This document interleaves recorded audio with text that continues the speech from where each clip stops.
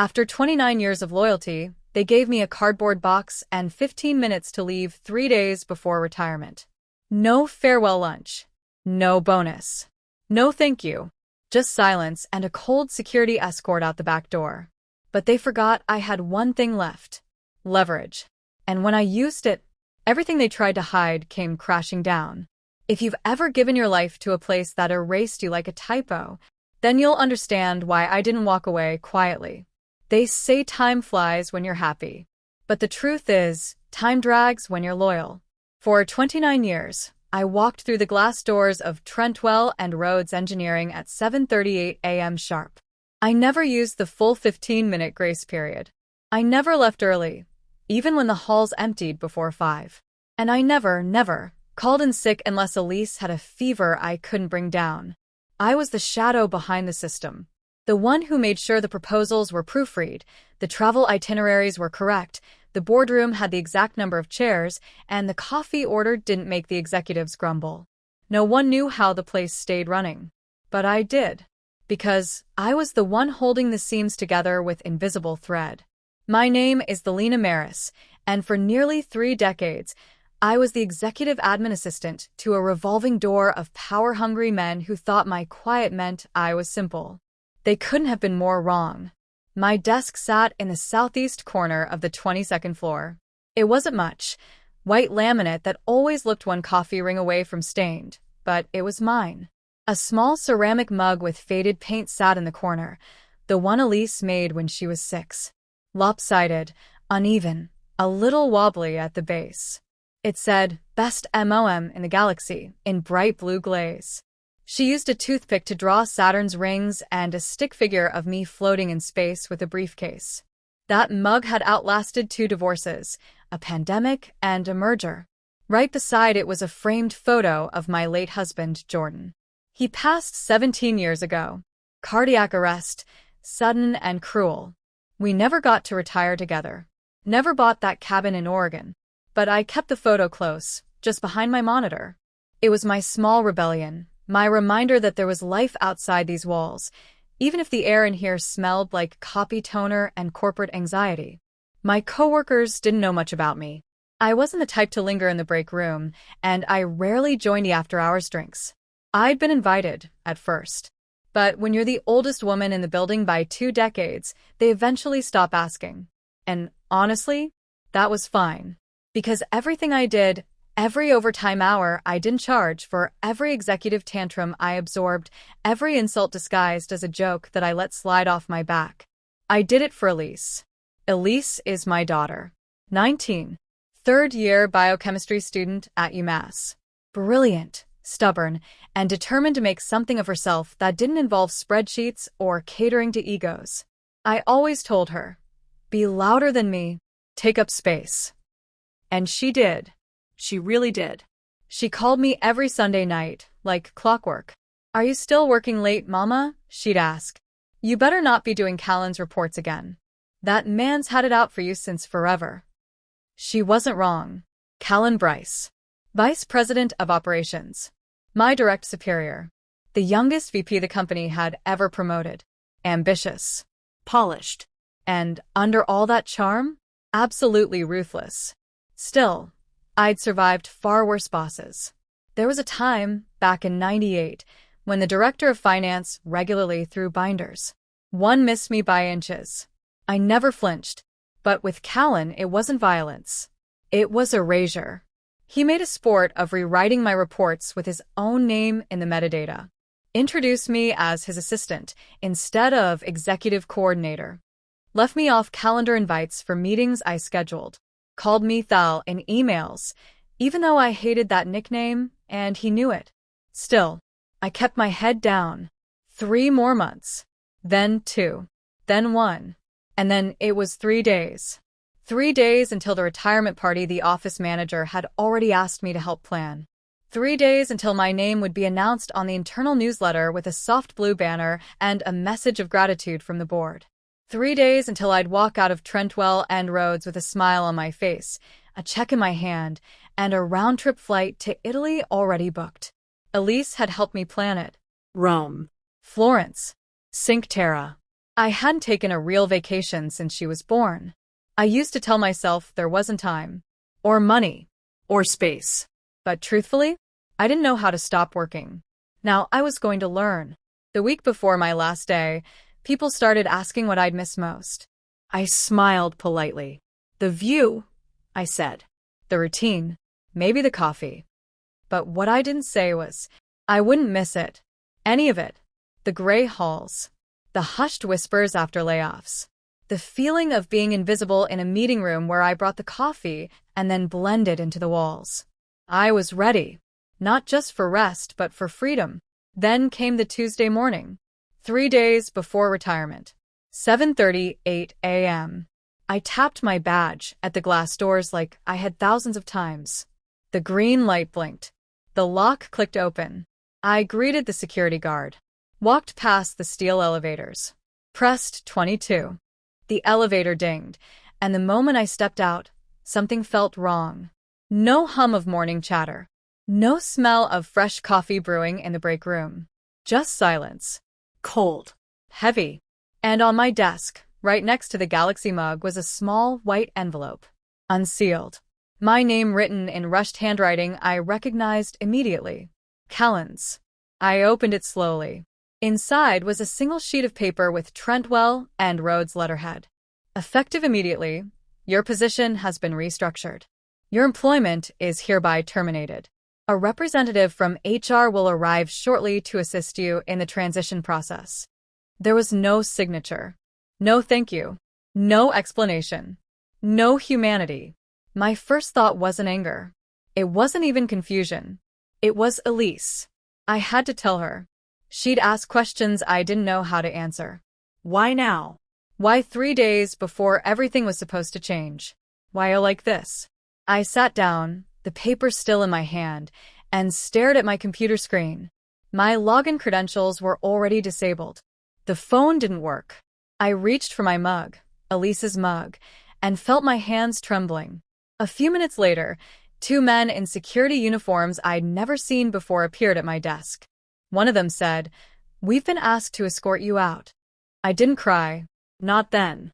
I stood up, slowly, and reached for the photo of Jordan. My fingers hesitated over the mug, then wrapped around it with care. I placed it gently in the box they handed me. A cardboard box. No handles. I walked past 29 years of memories, every promotion I wasn't given, every intern I trained who now held management titles, and didn't look back. Not once. Until the elevator doors closed in front of me, and I saw my reflection, tired, small, and humiliated. I didn't even get to say goodbye. That night, Elise called at 7 o'clock as usual. I answered, sitting on the couch in sweatpants, my hair still in the tight bun I'd worn all day. The mug sat on the coffee table. The paper was folded beside it. I didn't say anything at first.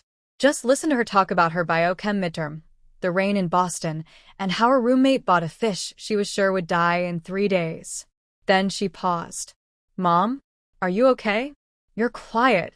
And I told her, slowly, everything. The envelope, the security guards, the box, the silence. I tried to laugh it off. Guess I started retirement a few days early. But Elise didn't laugh. She went silent for a moment, then said, "They can't do that. You gave them your life." And I said, quietly, "They just did." That night, I didn't sleep. Not because of grief, but because of suspicion. Because something wasn't right. This wasn't a layoff. It wasn't a miscommunication. It was intentional. They knew. They planned this. And the more I thought about it, the more I realized how carefully timed it all was. Exactly 3 days before I would have become eligible for the final pension bump, a clause in my contract they probably hoped I'd forgotten. 3 days before my retirement letter was set to go out to the whole company. 3 days before my stock options would convert. And I remembered something small. A misfired email Callan sent months ago. I'd archived it without thinking. Something about budget adjustments, dated projections, and high-cost phase-outs. Phase-outs. I suddenly knew exactly what I was. Not a person. Not even an employee. Just a cost. One they wanted to eliminate before it matured. They thought I'd go quietly, that I'd fold into retirement with my tail tucked and my voice stifled. But they forgot one thing. I didn't make it through 29 years of quiet for nothing. I remembered everything. And I had the receipts to prove it. I didn't sleep that night. I sat at my kitchen table, in the same flannel pajamas I'd owned since Elise was in high school, staring at my old work laptop. Not the company-issued one, but my personal backup. Over the years, I had developed a habit, some would call it paranoia, but I called it wisdom. Every contract, every email confirmation, every change to my benefits, every performance review, every bonus promise, every personnel memo I'd ever quietly been CC'd on, I had saved them. Not just in the cloud, on a flash drive, on my desktop, and in a printed binder Elise once joked looked like a serial killer's manifesto. But I knew what this place was capable of. I'd seen how they erased people.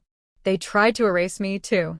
But they forgot I had a better memory than their entire legal department combined. I opened the file labeled TR_pension policy_confidential, PDF. It was a scanned copy from 5 years ago when they switched our retirement policy after the merger. At the time, it seemed small, just a few tweaks. They sold it like it was better, streamlined, modernized. But I remembered the wording. Employee must be in active employment status through the final scheduled day to qualify for Tier 3 pension release and equity package conversion. I had 3 days left. They cut me off just before it would trigger. And the bonus? The healthcare extension? All tied to the same cutoff. I didn't even get the gold watch they joked about in the lunchroom. I closed the file. Then I opened another. Callan_Bryce_org chain message. That one was a smoking gun, an email I wasn't supposed to see. He had accidentally included me on a thread between him and the CFO. The subject line read, "Phase out of high-cost legacy staff, final list." It wasn't an accident. It was a hit list. And I wasn't the only name on it.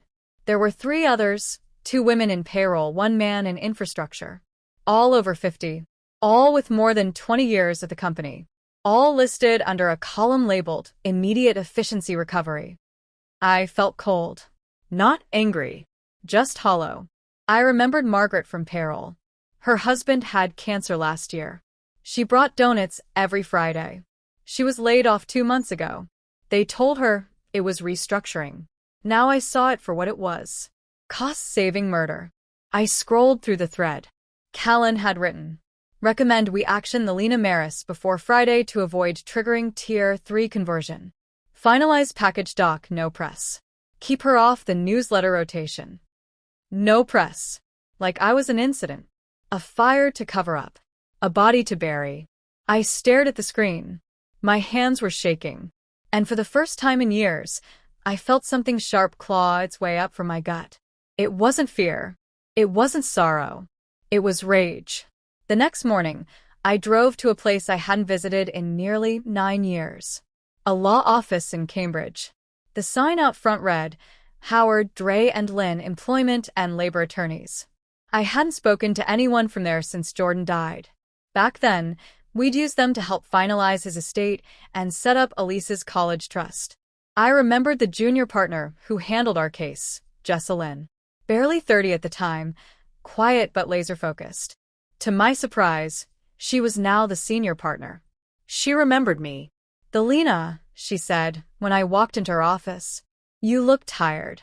"I was fired 3 days before retirement," I said, sliding the printed email chain across her desk. "And I think I know why." She read in silence for 10 full minutes. Then she looked up at me and said, "They're going to regret this." The next 3 days were a blur of legal jargon, document collection, and silent fury. I had everything she needed. Every printout. Every revision to my contract. Every policy update. Every internal memo. I had a spreadsheet tracking the bonuses awarded over the past 10 years and who got skipped. I had proof that my projects had generated savings well into 6 figures. I even had the original onboarding packet from 1996. Yes, I'd kept it, and it contained a clause that proved I had been promised rollover benefits under a grandfathered agreement no one had bothered to revoke. Jess's eyes sparkled when she read it. "Do they know you kept all this?" she asked. I shook my head. "They think I'm just forgettable." She smiled grimly. "Then they don't know what they're up against." On what should have been my retirement day, I sat at home while Elise made tea and tried not to curse loud enough for the neighbors to hear. "I'm serious," she muttered, pacing the kitchen. "You should go public. Make noise. This can't be legal." "We're starting with quiet pressure," I told her. "Leverage first. Noise later." But in truth, there was one thing I hadn't told Elise. One more card I hadn't played. Because the truth is, Callan didn't just screw me over. He made a mistake. A big one. 2 years ago, during a major bid negotiation with a foreign client, he'd asked me to proofread a contract draft before sending it to the CFO. He was in a rush. He always was. I caught a mistake. A clause that, if left uncorrected, would have triggered a tax liability so large it would have tanked the deal. Quietly, I flagged it, corrected it, never said a word. But he left the metadata on the final file. My name was embedded as the last editor. He never noticed. And when that deal went through, the company made $11.4 million in saved costs and renegotiated benefits. Callan got a promotion, a 6-figure bonus, and press coverage in the Regional Business Journal. I got a mug that said Office MVP and a lukewarm croissant. But I kept the original file. I had the version with the error, and the final one with my correction. Jess's jaw clenched when I showed her. "You realize this is intellectual contribution," she said. "They credited him with something he didn't even do. And used it to justify my replacement," I added. She leaned back and stared at the ceiling. "I want to bury them," she said softly. "So do I." A week after filing the initial suit, we got a response. The company offered a settlement. $40,000. A full gag order. No press. No admission of wrongdoing. Jessa laughed when she read it. "Did they think you were desperate?" "Apparently," I said. She asked me what I wanted instead. I told her, "I want my pension. I want my benefits. I want my name cleared. And I want Callan gone." She raised an eyebrow. "That last part's personal." I nodded. "Very." A few days later, I made the call. To a contact I hadn't spoken to since Jordan's funeral, his old friend, Eric Danner, who worked in editorial at the Boston Ledger. I didn't tell him everything. Just enough. I asked one question. "If I send you proof of executive fraud and wrongful termination, would you run it?" He hesitated for 2 seconds, then said, "If it checks out, yes." I sent him the files. Every one. Within 48 hours, I got a call back. "This is explosive, Thelina," he said. "Are you sure you want to go public?" I thought of the cardboard box. The photo of Jordan. Elise's mug. The security guard who wouldn't meet my eyes. And I said, yes. The article ran under the headline, "Fired before the finish line. How Trentwell and Rhodes cut costs by cutting people." It was damning. The internal memos. The pension clause manipulation. The gendered ageism. The erasure of long-term staff. The fabricated contributions from executives who rose off the backs of people like me. They used my real name. With my permission. It went viral. Within 24 hours, the firm's LinkedIn was flooded with backlash. Former employees commented with their own horror stories. Interns talked about being forced to ghostwrite reports. People started demanding investigations. By day 3, the board released a statement. By day 5, Callan Bryce had resigned. Effective immediately. That same evening, Jessa called. "The board is offering a new settlement," she said. I waited. "They're reinstating your full pension. Retroactive to your original retirement date. Full healthcare extension. 3-year consulting contract at your former salary, optional. And the bonus?" I asked. "Paid in full, plus 18% interest." I felt my breath catch. "And the name?" I asked. She smiled. I could hear it. "Your name is in the Ledger's follow-up story." And the Boston Women in Industry Foundation just contacted us. They want to honor you at their winter gala. I sat down slowly. 3 weeks ago, I was just a name on a phase-out list. Now, I was the reason they rewrote policy. That night, Elise and I opened a bottle of wine we'd been saving since her graduation. She toasted me with tears in her eyes. To the quiet ones, she said, who remember everything. We clinked glasses. I looked out the window, where the last snow of the season was falling quietly over the street. My phone buzzed with a text from Jessa. They underestimated you. They won't again. I typed back. Let them. 3 weeks after the article dropped, my inbox looked like something out of a courtroom thriller. Whistleblowers. Retired employees. Even interns from departments I'd never worked in. Some sent anonymous screenshots, spreadsheets labeled attrition strategy, directives to avoid maternity hires, and even language on email chains that made my stomach churn. But one message changed everything. It was short, unassuming. No signature. They shredded the documents the night before you were fired. There's still a backup drive. It's hidden. 4th floor server room. Behind the dummy cabinet marked HVAC. I stared at it for nearly a full minute. If it was true, it meant my firing wasn't just about cost. It was about hiding something deeper. Elise walked into the room and froze when she saw my expression. Mom, she asked, setting her tea down. You okay? I showed her the message. Her eyes narrowed. Are you going back in? I nodded slowly. She didn't stop me. She simply said, then I'm driving. It was after hours on a Thursday when we parked across the street from Trentwell and Rhodes. The glass building stood tall, cold, and sterile. I used to find its symmetry beautiful. Now it looked like a mausoleum, polished and perfect, hiding bones beneath the marble. We entered through the employee lot, using the side entrance still coded to my ID badge. They hadn't revoked it. A small oversight, and a fortunate one. The lobby was empty. Elise stayed near the car, her phone set to record, engine running, just in case. I took the elevator to the 4th floor, heart pounding. The server room was exactly as I remembered, low hum, cool air, locked cabinets with blinking lights. And there it was, the HVAC-labeled unit.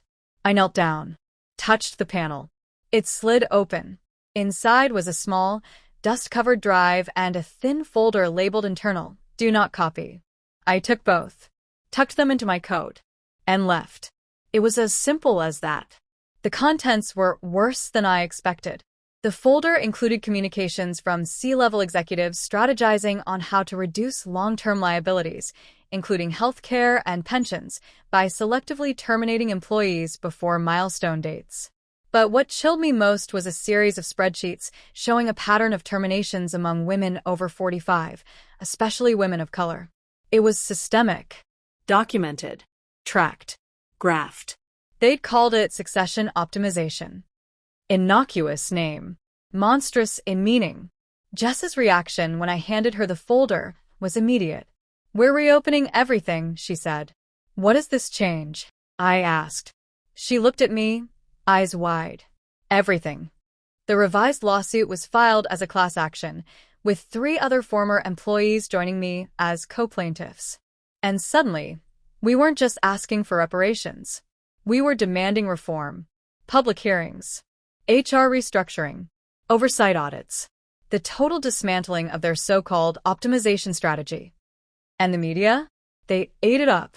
The Boston Ledger published a follow-up. The Times picked it up.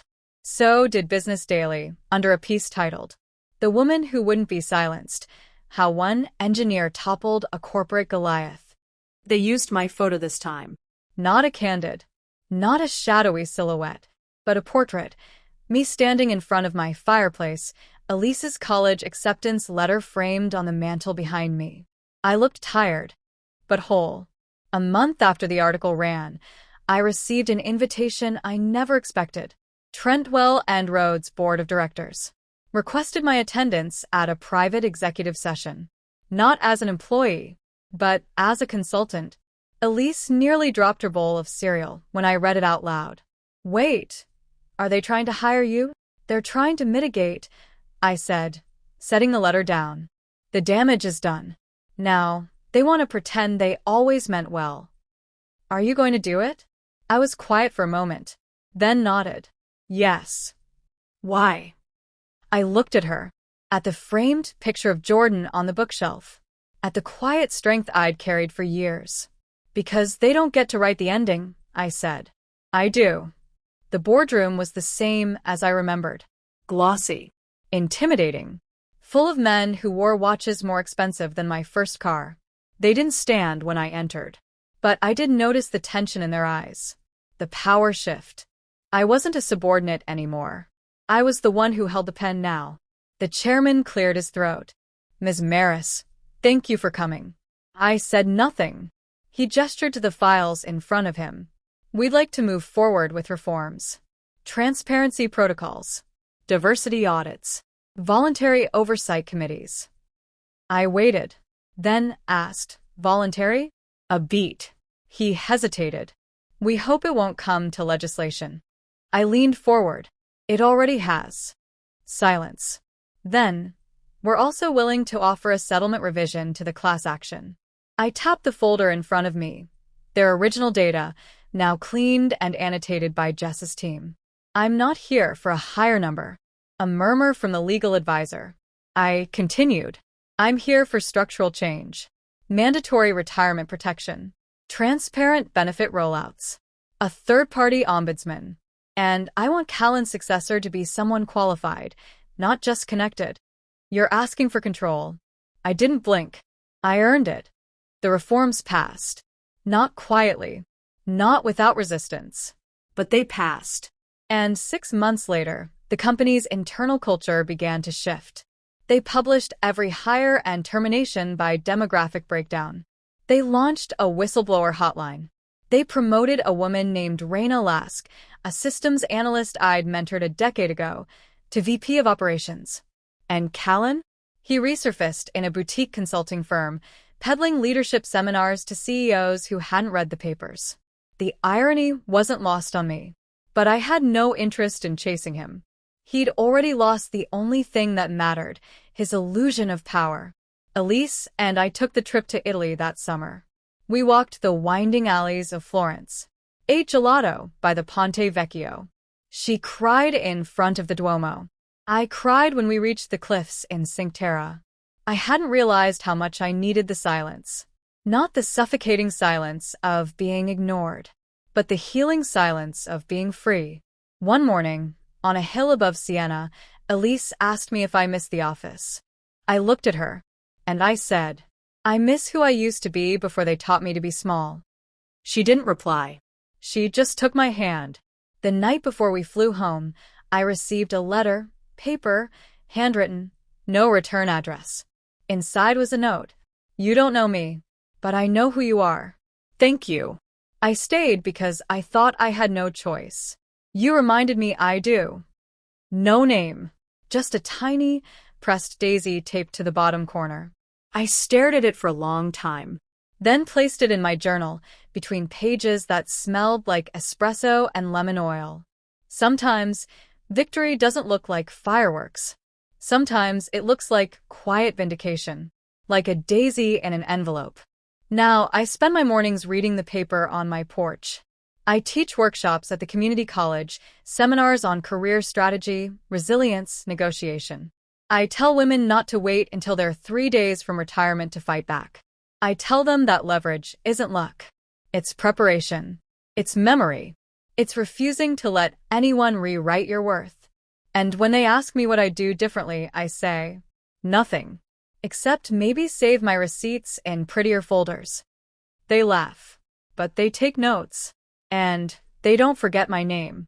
It's strange how quickly life reshapes itself once you're no longer performing for someone else's approval. The office key card I once wore like a badge of identity now lives in a drawer, tucked between mismatched pens and an old keychain from Elise's first science fair. I haven't thrown it away. Not because I miss the building or the people, but because sometimes we need to remember what nearly broke us, to honor the version of ourselves that survived. My days now are quiet. On purpose. Mornings start with coffee, hot, slow, unhurried, and the local paper folded just so. Elise laughs at how I refuse to read the news on my phone, but I like the weight of the pages in my hand. It reminds me that truth still has texture. I teach 2 nights a week at the local community college. Not engineering, not process optimization or legacy systems. I teach power, the soft kind, negotiation, workplace strategy, protecting your peace without giving up your paycheck. I walk students, mostly women some older than me, through real scenarios. What do you say when your boss hints your maternity leave makes you less committed? What's your script when they promise a raise next quarter, for the 4th quarter in a row? And the hardest one, what do you do when you've given them your best years, and they toss you aside like they're doing you a favor? Their answers break my heart sometimes, but their growth mends it, too. They come in weary, unsure, and they leave with their backs a little straighter. That's all I ever wanted. Not revenge. Not headlines. Just something good to grow out of the mess. I get letters sometimes. Emails. DMs. One came last week from a woman in Ohio. She'd been fired a month before her 20-year anniversary. Said my story made her lawyer up. She won a settlement. Sent me a photo of her new bakery. The sign out front? 29th hour cakes, because it's never too late. I cried when I read that, not because I was sad, but because she understood. We're not relics. We're not liabilities. We are living archives of effort, wisdom, and care. They can try to erase our names from spreadsheets, but they can't delete what we've built. They can't unteach what we've learned. Elise graduates next spring. Double major. Honors. She wants to work in sustainable architecture, build things that don't poison the planet, as she puts it. Sometimes, I catch her sketching on napkins like her father used to. He would have been proud of her.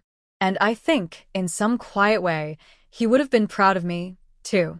For finally choosing myself. For walking away from the place that once defined me and proving I never needed it to be whole. There's still healing left to do. I don't pretend there isn't. Some nights, I dream I'm back there, in that glass office, clutching the cardboard box, as eyes watched me shrink. But I always wake up with Elise's laugh down the hall and sun streaming through the kitchen window. Freedom is not forgetting. It's remembering, and no longer flinching. The Italy trip changed something in me. I used to move through life like a ledger, measured, cautious, orderly. But there was a night in Venice, on the Grand Canal, where Elise dared me to dance. A little band was playing under a bridge. She pulled me into the streetlight, laughing, spinning, barefoot in sandals. I didn't think. I just followed her lead. And for those 3 minutes, I wasn't a former engineer, or a fired employee, or even a mother. I was just a woman, laughing under the stars, alive in her own story. I didn't realize until that moment how heavy my armor had become. I didn't need it anymore. Not every fight requires a shield. Some just require a voice. I kept one thing for my last day at the firm. Not the box. Not the nameplate. A photo. The one of me and Elise at her 8th grade science fair. Solar panels and wide smiles and ponytails and braces. It sits on my desk now at home. Beside it is a sticky note with 6 words. Scrawled in my own handwriting. They don't get the last word. Because they didn't. And they never will. So now I ask you, whoever you are, wherever you're listening from, have you ever been made to feel disposable? Have you ever watched your work, your loyalty, your sacrifices reduced to a spreadsheet and a signature? If you have, then maybe you understand. Maybe you're still carrying the weight of it. If so, let me say what no one said to me. You are not small. You are not replaceable. And your worth does not expire because someone decides your time is up. Sometimes, it takes the ending you never asked for to begin the life you were meant to build. So, ask yourself, what would you do with your last 3 days if you knew they weren't the end, but the opening line of your next chapter? And when that moment comes, will you let them write the ending?